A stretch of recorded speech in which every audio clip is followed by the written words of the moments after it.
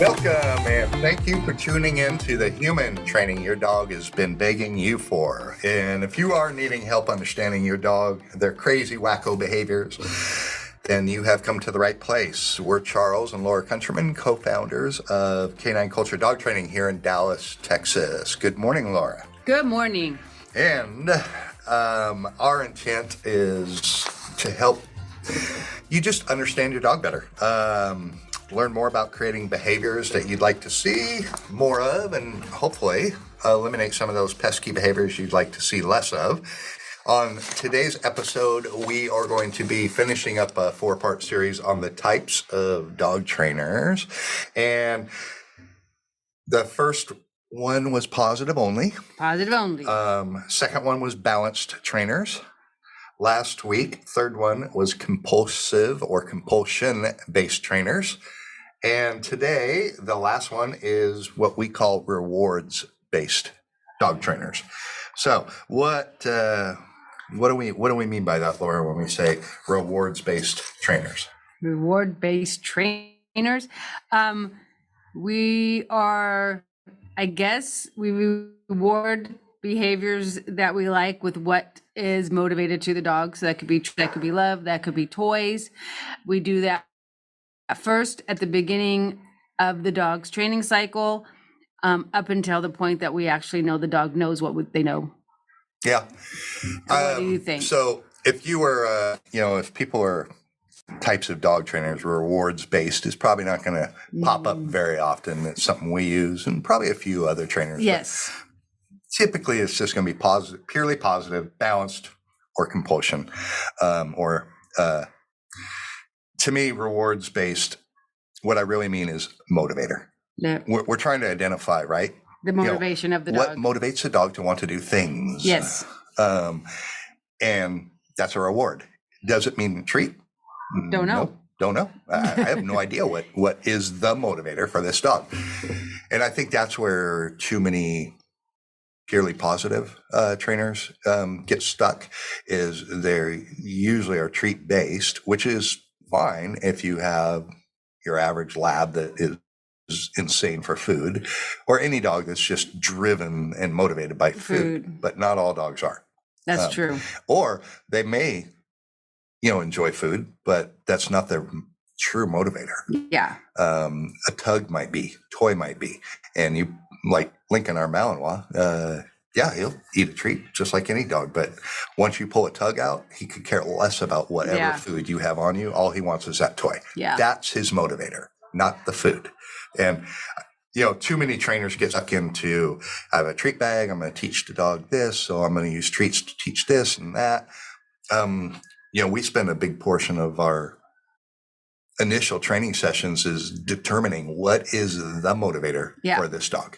And then we also understand that at day one, motivator might be, we don't know, it might get to food, but the true motivator might be that tug. They're just not comfortable yet with us. They don't know how to play with us. They don't know how to play with us yet. We haven't built that trust. So we need to always keep that in mind, that we need to actually figure out what the true motivator is. And that might not be until a few, 3-4 days into the training cycle. Yeah, because the dog's personality continues to come out as they build a comfort level and trust with us. Yes. And then there's some dogs, like you said, love treats, but if they're so over the top crazy for treats, it's kind of hard to train them because their brain. It's a distraction now. It's not a motivator. Yeah. So it might be, Lincoln's the same way. If I'm going to, as you've seen me, if we are going to teach our Malinois Lincoln something new, I never bring a toy out. No. Because he's so psychotic for that toy. Yeah.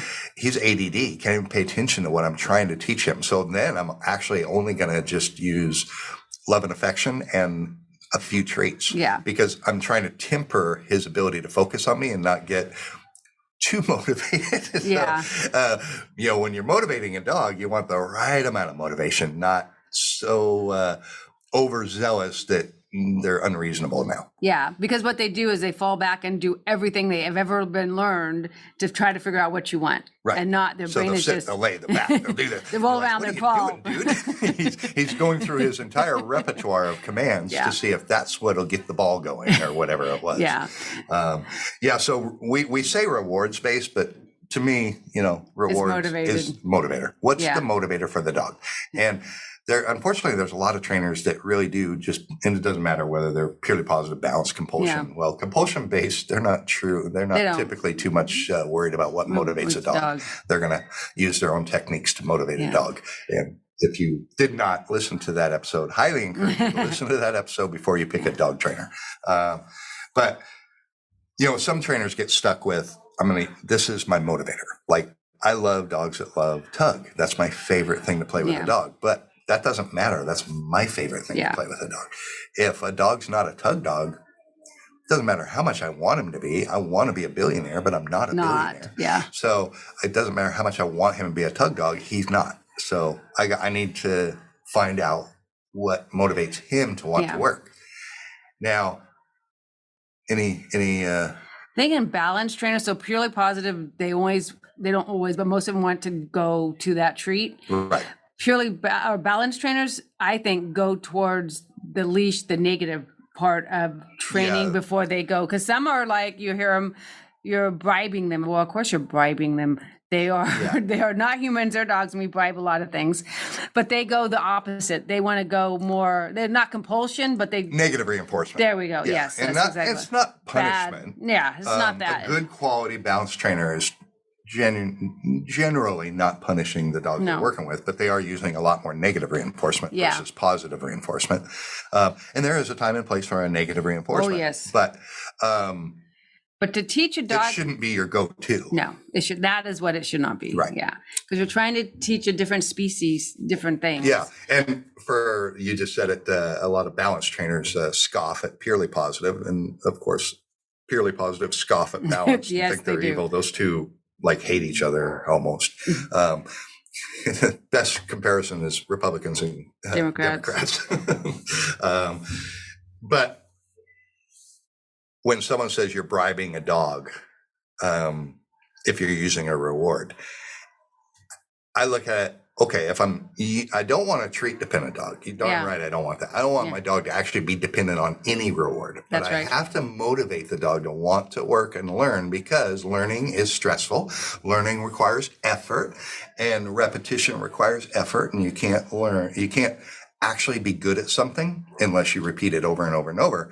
Well, gosh, how fun is sitting 700 times? And you need your dog to sit about 700 minimum times to be fluid at it. But not all sits are equal. You need a few hundred in this environment, a few hundred in that environment, a few hundred with a dog present, a few hundred, you're layering a lot of complexity. That gets pretty boring. So rewards, it makes it fun. It breaks the monotony of sitting all the time, because, us humans, if we study and study and study for a test, it's mind-boggling boring, because we have 90% of it done, but we're still trying to memorize that last 10%. That's what we're trying to get the dog to do. Yes. Is memorize that last 10%. So by incorporating rewards or motivators, we're able to make that last 10% of the memorization process, or actually generalization is what we're really after, fun. Instead of, oh God, do we have to do this again? I'm pretty good at it. Can we just skip it? So there's 6 levels of food, and it would be tug 2 to start.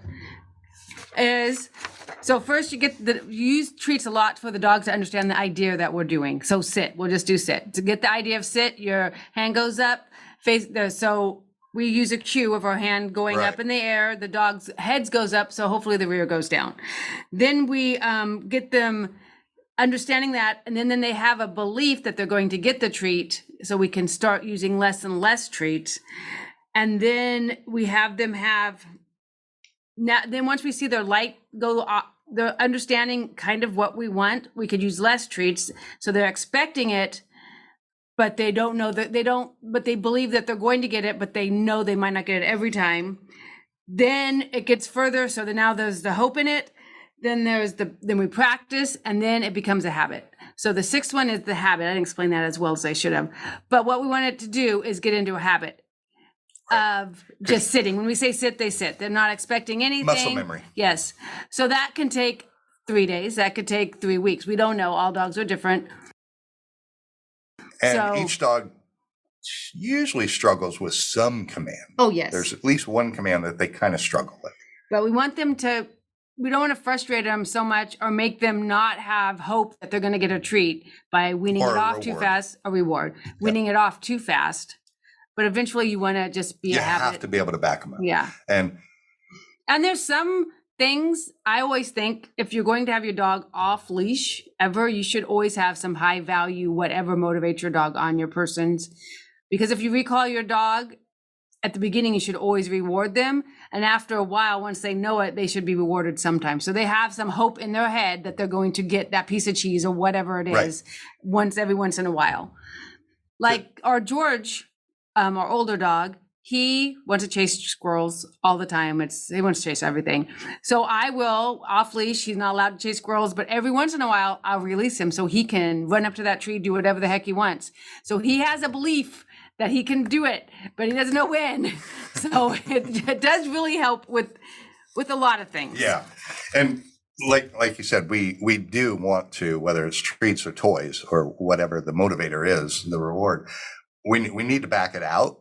Otherwise, you really do eventually have a dog that you're bribing to perform. Yeah. But for every trainer or person with a dog that says, well, you're basically just, if you're using rewards, bribing the dog to train. No, you're using the motivator to give them motivation to want to work, to understand something that's confusing and stressful. Yes. And then you back it out.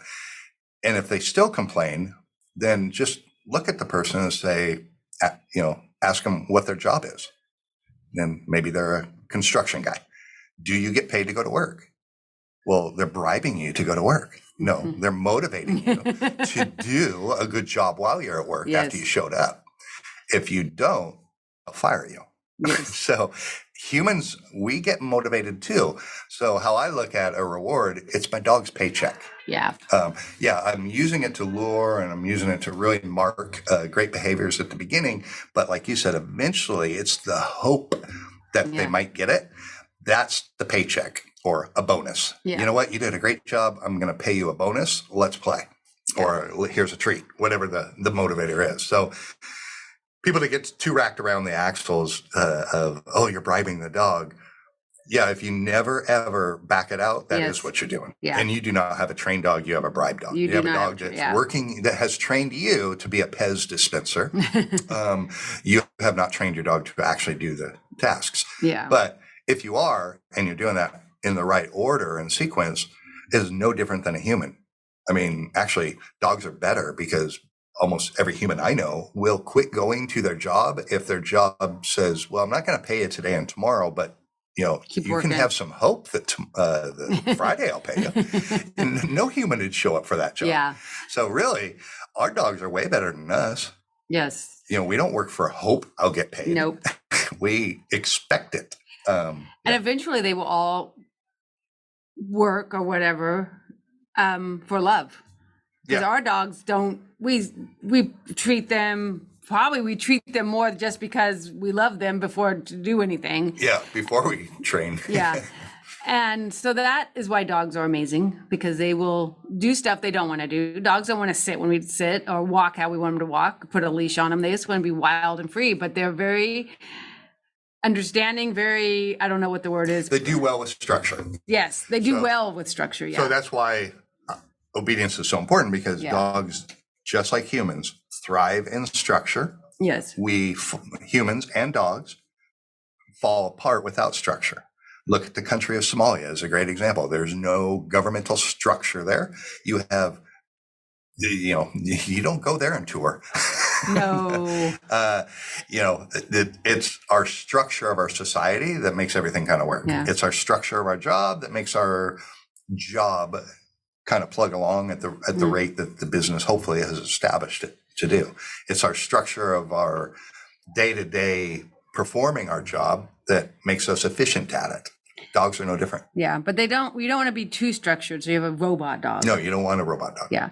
And another thing we do here that's really big, which is different than a lot of places, we use play as a very big motivator, very big learning experience, very big,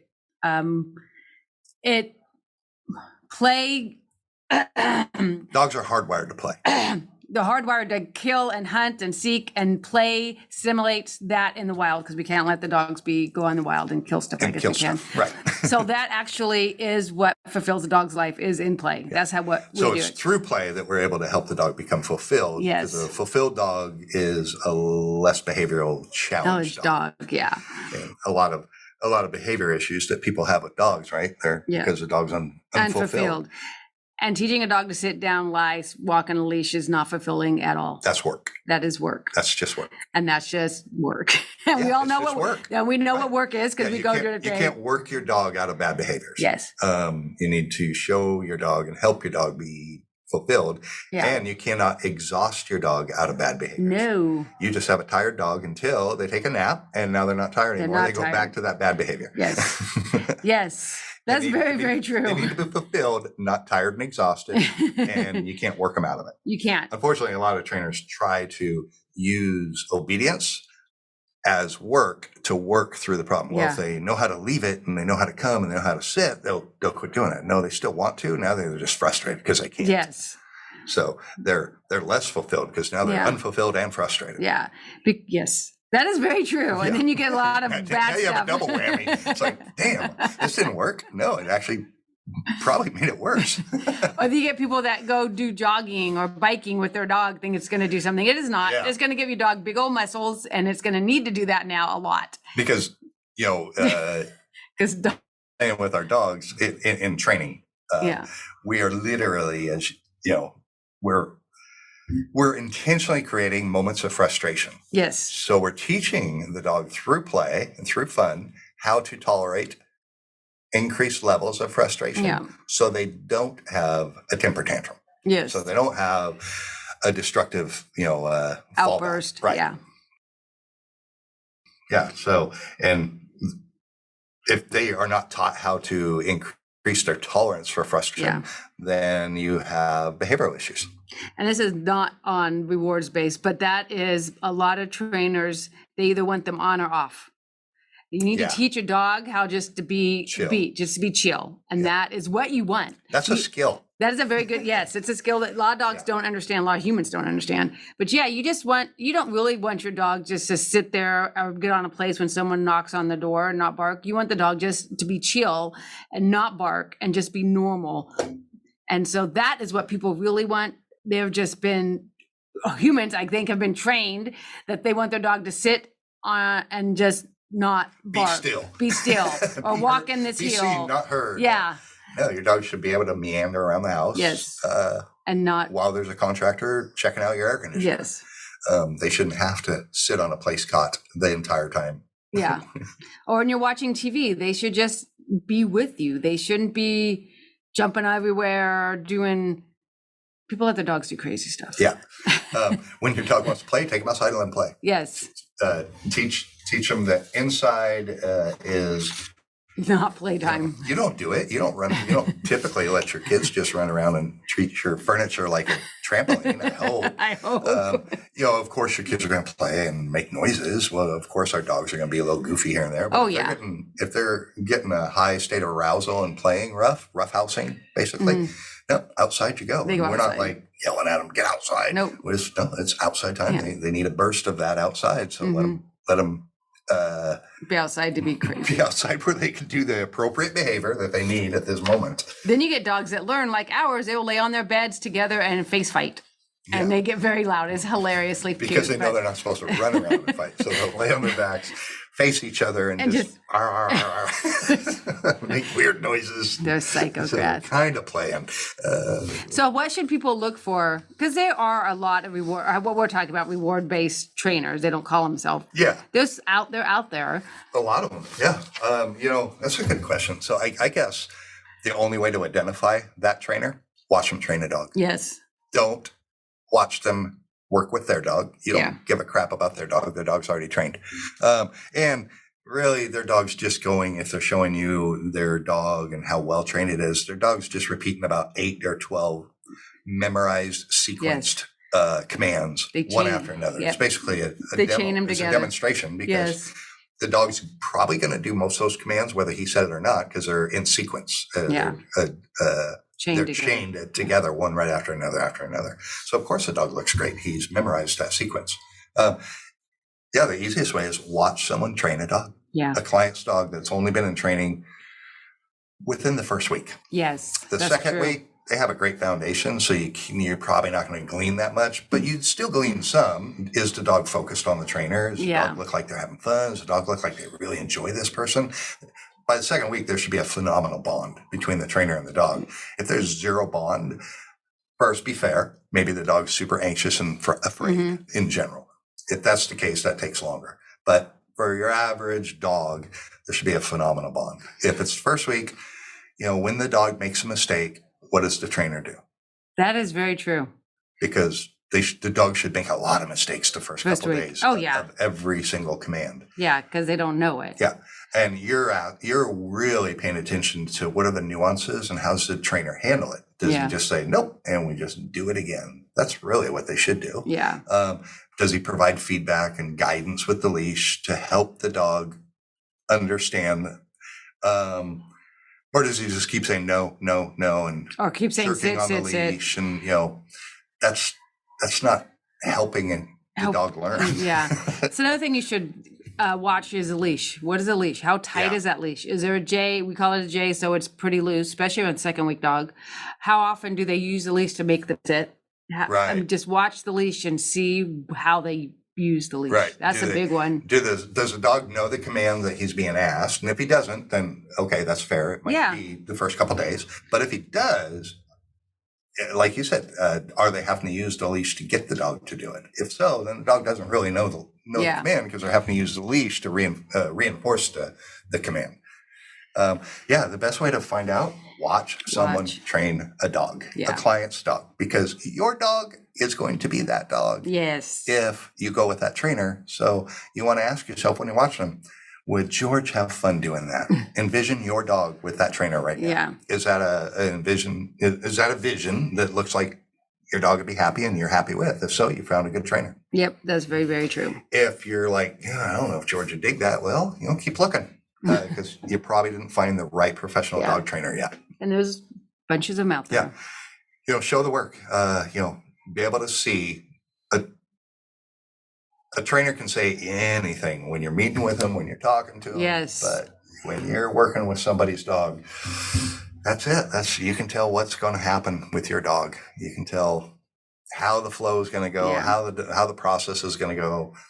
You can't hide any of that. No. And that's why we have glass walls around all of our training fields, is so anyone that comes in can see every dog being worked with. There's full transparency, literally, because all our walls are glass. All our walls are glass. You can hear what everyone's saying. You can see everything. it. Yes, it's crazy. It is pretty crazy that we do this, but I like it. What are other things? Rewards. So what are some kind of rewards? So we talked about treats is a reward. Toys is a reward. So balls, tug, a tug ring is great. A flirt pole. Flirt poles are amazing. Most dogs go crazy for a good flirt pole because it really brings out that prey drive. And then some dogs don't like toys. We have tons of toys because there's different. Not all dogs like same toys. Some like squeaky, some like plushies, some like plushies. Right. Some like ropes. Yeah. You never know what a dog is really going to be into. That's why you got to really find out what the motivator is. But if truly they're not treat dependent, they don't really care not about into treats at all or food. Or any toys, then they're probably going to be a play. Personal play. They want to be with you. They want to be with you. They want you to. Some dogs want you to roughhouse with them. Mm-hmm. Some dogs just want love and affection. Mm-hmm. But there is some motivator there, and that one's the hardest one. Yes. The love and affection and the personal play, because they're not really motivated by anything else, because it requires a great deal of trust for the dog to let you in for that. And that's a lot of rescue dogs. Yeah. Yeah. So, and sometimes they come out of it. Some dogs don't know how to be a dog.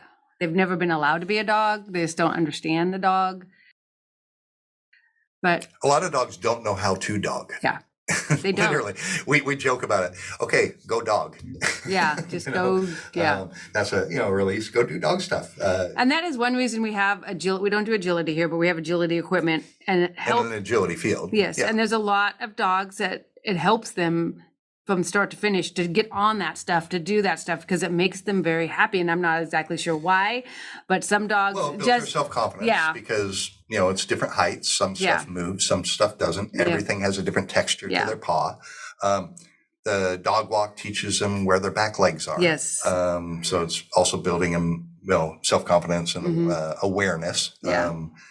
And then after a while, after they conquer that, it's just, to me, it's like Disneyland. They just be really like us getting on a roller coaster. Yeah. Oh, I can run up that and go over that, and they can jump this, and it's a big party in there. Yeah, but dogs a lot of dogs, it gets them out of their shell. They just love it, and it's just cool. And that's how we use all of our agility equipment that we have. Is we're really using it as a motivator. So that's one of your paychecks for a good hardworking session. Is we go in and go through all the agility equipment. Yeah. But now that they love it, now we're going to show them how to do it in a controlled pace. So now we're also reinforcing impulse control. Yes. Just blast through at 100 miles an hour. Nope.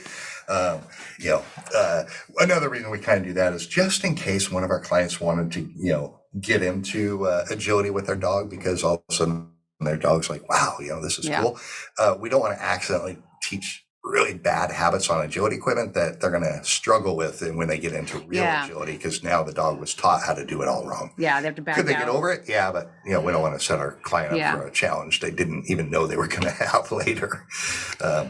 Anyway. And then there's some dogs, especially at the beginning, that praise doesn't work either, because they don't want you to look at them. They don't want you to touch them. I know, because they're so in a shell. And they just want to be you. There's some dogs who just want to be in the presence of who the person they're human. Right. Yeah.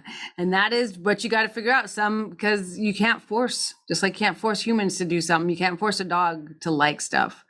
So sometimes you just got to realize the dog's there is working because it's just with you. Yep. You just train the dog in front of you at that moment. They're lots of times for every rule or thing we do in dog training, there is more than one exception to everything that comes out of our mouths. That is another reason it's good to go watch the dog trainer train dogs, because you could learn all the big words, you could learn all the theories, all the stuff that could say it doesn't mean anything. But what do they really do? Yeah.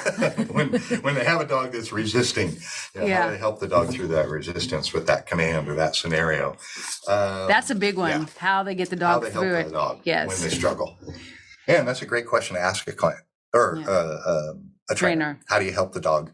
What's your approach to helping the dog when they're struggling or confused? That will definitely... Because that's not a straightforward answer. That is not. You can't say I do X. They're going to give you some context and a description of they're going to tell you a story about how they would do it. And that's a question that we so rarely get that you don't have anything rehearsed for that. Yeah, I love it when people ask me a question that we rarely get when we're doing an evaluation, because I'm like, wow, they are really putting a lot of thought into this. And that is a probing question, because no trainer would have a memorized, canned response for it, because it's so outside the wheelhouse. But it's a great question. It is. All right. So hopefully that helped you understand a little bit more about rewards and what rewards are. Rewards are basically a motivator. What motivates your dog to want to work? And it's okay to motivate your dog to want to work, because you won't go to work if you ain't motivated. In fact, eventually a well-trained dog will work without being rewarded. Yes. You won't. So our dogs learn so much faster than humans. It's ridiculous. And they'll work so much harder for nothing than we will. It's also ridiculous. So just be fair to your dog, because you wouldn't do half the crap that you ask your dog to do. That's right. All right. Next week, we're going to be talking about e-collars. So if you have ever considered, wondered, questioned getting an electronic collar, e-collar, shock collar, they're all the same thing, you want to tune in for the e-collar, everything about all things e-collar. Even the weird words people call them, so they're not acting like they have e-collars. That one's typically called a training collar. You mean e-collar? Why do you give it a special word? Are you embarrassed by it? Or are you just embarrassed by how you use it? Maybe that's probably it. We're going to talk about the goods and the bads. There's both sides of the spectrum. Key things to look for if you are thinking about getting an e-collar, good brands, bad brands. The right way to use it, what we believe is the right way to use it. If you are going to train your dog, why you would want to have your dog on it and why, you shouldn't have your dog on it. We're not an e-collar based trainer. We will train dogs with an e-collar if a client asks us to teach their dog how to communicate with one. But since we're not an e-collar based trainer, meaning every dog we train has an e-collar, no, maybe 10%, maybe 10%. Maybe 10%. So maybe 10 out of 100 dogs we train will be trained with an e-collar. And that literally is because the client said, please teach my dog how to work with an e-collar. Then we will. But we always say why first. Yeah. If they might just think their dog needs one. And usually it should be for off-leash stuff. Off-leash. Yep, for the unknown anticipated off-leash from a distance so I can still communicate with my dog in a case of an emergency. If not, why you don't need an e-collar necessarily. You need a trained dog. And a lot of e-collar trainers use the e-collar to disguise the fact that they actually did not completely train your dog.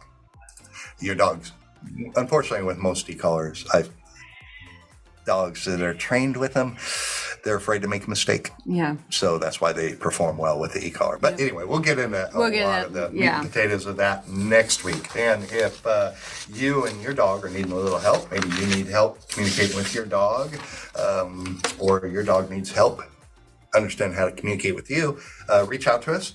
You can reach us on our website, k-9culture.com. There's a contact us tab. Go ahead and click on that and let us know what your challenges are, what your goals are, and we'll reach out to you and discuss how we could help you and your dog along your training journey. And be sure to follow us on Facebook and Instagram. K9 Culture Dog Training DFW are our handles on those two social media platforms. And until next week, go have fun with your dog.